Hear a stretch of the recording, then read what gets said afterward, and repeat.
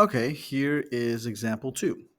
Example 2, finding the derivative of f inverse at x equals 3. So I need to see if I can create the f inverse function, which, again, if we think of f of x as being our y, we can do the whole switcheroo. So this would be x equals e to the 2y, and then solve for y.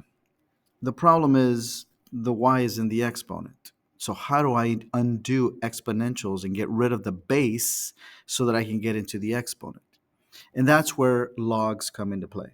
So the whole purpose of logs is to find exponents. When we take the natural log of one side, it equals the natural log of the other side because you're doing the same thing on both sides, right? It's kind of like when you add 5 on one side of the equal sign, add 5 on the other, it's still an equivalent expression or equation. So here I took the natural log of one side, set it equal to the natural log of the other, but I did that because the natural log and base e are going to cancel each other out. So now I'm left with ln of x, natural log of x, equals 2y. And then if I divide both sides by y, I'm left with the natural log of x divided by 2 equals, y. Or I guess I can think of it as 1/2 times the natural log of x. That's the other way to think about it. So either the natural log of x divided by 2 or 1/2 times the natural log of x. This is f inverse.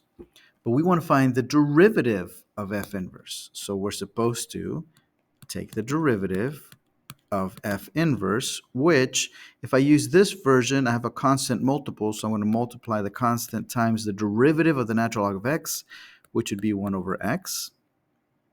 But we want the derivative at x equals 3, so therefore this is going to be, and I'm going to draw an arrow, 1 over 2 times 1 over 3, and that's going to be 1/6. So the derivative of the inverse of f, not the derivative of f, but the derivative of the inverse of f is 1/6. So method number 1 tells us if you can find the inverse function, go ahead and find it. How do we find it? Oh, by interchanging the x and the y, switching them, and then solving for y. Then go ahead and take the derivative of the inverse function, the way you normally take derivatives, and then plug in the point. That's the key, right? Okay. Now, in the next video, we'll talk about method number 2, what happens when you can't solve for y. What do you do then?